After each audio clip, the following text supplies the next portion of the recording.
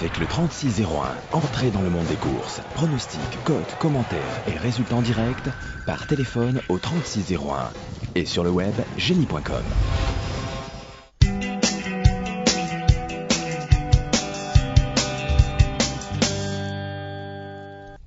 Allez, de retour avec, je le disais, le numéro 9, Napoule, la protégée de Pierre Lévesque, qui avait terminé 5e de l'épreuve référence, on peut le dire. L'épreuve que Nitocris gagnait ce jour-là. Oui, alors 5e, elle a terminé dans le quintet, mais elle est un petit peu déçue parce qu'elle était quand même la favorite de ce quintet. Bon, Pierre Lévesque nous l'avait dit avant la course, elle manquait un petit peu de préparation. Cette course l'aura sûrement aidé pour être en meilleure forme. On parle aussi d'un bonnet fermé qui l'améliore très nettement et Pierre Lévesque a l'intention de le remettre. Donc dans ces conditions, Napoule devrait avoir progressé là-dessus et elle devrait pouvoir disputer la victoire. Peut-être même prendre sa revanche sur Nitocris, mais ça me semble dur. C'est une bonne chance pour les premières places. Pourquoi pas. Non, je vais vous laisser parler d'abord. Oui, je partage l'avis d'Olivier. Napoule est vraiment dans sa catégorie ici. C'est vrai qu'il y a peut-être un ou deux artifices là qui vont peut-être l'influencer un peu sur son comportement. Elle était un peu décevante la dernière fois, mais à mon avis, elle a dû progresser en condition sur cette tentative-là et je m'attends vraiment à l'avoir joué ici l'un des premiers rôles. Le 10, Nymphe d'Erac avait terminé 3e de l'épreuve référence. 3e de l'épreuve de référence, en ayant fait un truc quand même ce jour-là, car elle a viré vraiment au large dans le tournant final ce jour-là. Elle reste sur de bonnes sorties, également encore à droite auparavant à Saint-Malo. Elle est vraiment en net regain de forme, elle aussi évolue ici en plein dans sa catégorie. Elle a toujours montré des moyens dans des lots vraiment similaires, avec Michel Lemarchand qui la connaît parfaitement à son sulky. Je crois que c'est vraiment bien, ça sera mon outsider préféré. Olivier ? Écoutez, Julien a vraiment tout dit, 3e de l'épreuve référence, en faisant un truc dans le tournant final, en contournant la plupart de ses rivales.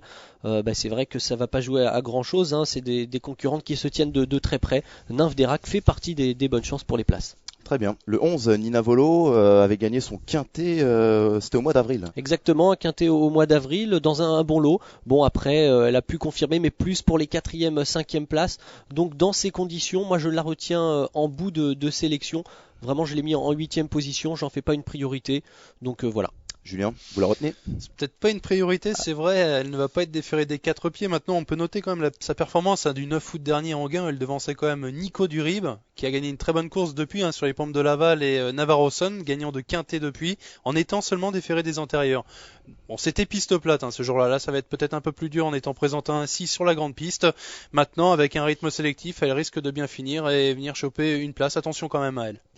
Allez, le numéro 12, Nitocris. Julien, elle s'annonce comme la concurrente à battre. Rémi a assez baladé la dernière fois sur la grande piste de Vincennes. Je crois que c'est vraiment la base de la course.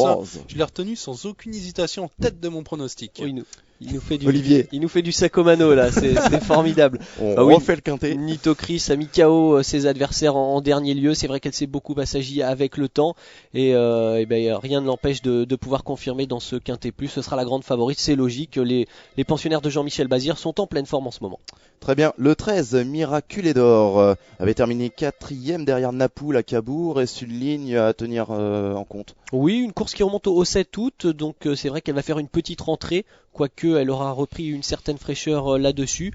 Franck Blandin est assez confiant pour les places. C'est vrai que c'est une jument un petit peu bouillante comme ça. Elle fait souvent ses courses dans le camion. Maintenant, elle a déjà rivalisé aussi face à de telles juments.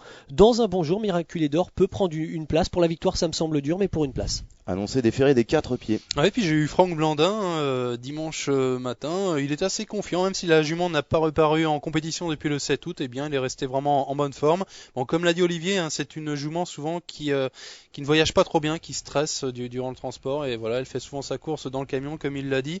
Mais attention, si cela se passe bien à ce niveau-là, je crois qu'elle a sa chance pour la 4e, 5e place. Face aux 6 ans, quand même, il va lui falloir jouer serré pour bien faire. Allez, on reste avec vous, Julien, et le numéro 14, Massissi James. Ouais, Massissi James, qu'on connaît bien dans cette catégorie. Elle est 4e d'un bon quintet là fin août, sur la grande piste de Vincennes, une jument qui semble s'assagir un peu en vieillissant. Elle possède beaucoup de tenues. Franck Pinchina a rencontré Jean-Philippe Monclin à Vincennes et vraiment l'entourage est confiant pour cette course où elle découvre de bonnes conditions. C'est vraiment l'une des priorités. Olivier. Écoutez, je vends la mèche, c'est ma base dans ce quintet plus, c'est vrai.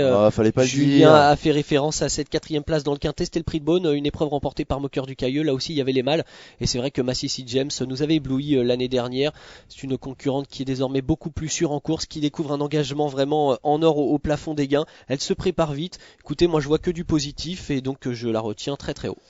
Une autre concurrente qui découvre un engagement en or, c'est le 15 Kelly Dupont. 900 € du plafond des gains, Olivier. Oui, avec Kivarinjas, c'est une 9 ans dans cette épreuve face aux plus jeunes, ça me semble bien dur. Elle aura pour elle le bon engagement au plafond des gains, mais sinon ça me semble beaucoup trop compliqué, moi je l'ai pas retenu. Compliqué, Julien? C'est vrai qu'elle est bien placée au gain, mais attention Rémi, il faut noter qu'elle a couru quand même à 122 Je note. reprises. 122 reprises, cette Kelly Dupont, large, enfin celle vraiment nettement qui a couru le plus, plus dans cette compétition, dans l'affronte des concurrentes plus jeunes qu'elle. Elle a de la tenue maintenant, elle a aucune marge dans un tel lot. Elle viendra seulement dans un choix secondaire. Très bien, voilà, nous avons passé en revue les 15 concurrentes de ce quintet. Le moment du choix, la base de Monsieur Van den Doren. Alors ma base, Rémi, sera bien sûr le numéro 12, Nito Chris, qui, à mon avis, peut réitérer. Olivier. Pas pris beaucoup de risques, Nito Chris. Oh, Ouais, bah, mais vous- Oui, non, mais pas de problème. C'est tellement de base. Moi, Excusez-moi, Olivier. ma base Massy James qui pourrait pourquoi pas inquiéter Nito Chris, je l'espère. Pourquoi pas? Et en outsider? Mon outsider, le numéro 5, Nicole, Mhm. qui a désormais 2 courses dans les jambes, et attention, face à de telles concurrentes, c'est une bonne chance pour les places. Julien? Ouais, attention, mon outsider au numéro 10, Nymph d'Erac, qui m'a beaucoup plu lors de ses 2 plus récentes sorties. À mon avis, c'est un possible trouble fait. Bon, sa cote sera autour de 12 contre 1, mais bon, c'est assez correct. Voilà, j'espère que vous avez bien retenu les bases outsiders de mes amis journalistes. Prochain rendez-vous, c'est lundi pour le quintet de mardi à Vincennes. On remet ça, sauf que cette fois-ci, c'est les mâles. En attendant, bon jeu, et bien entendu, quintez-vous bien. Quintez-vous Bye bien. bye.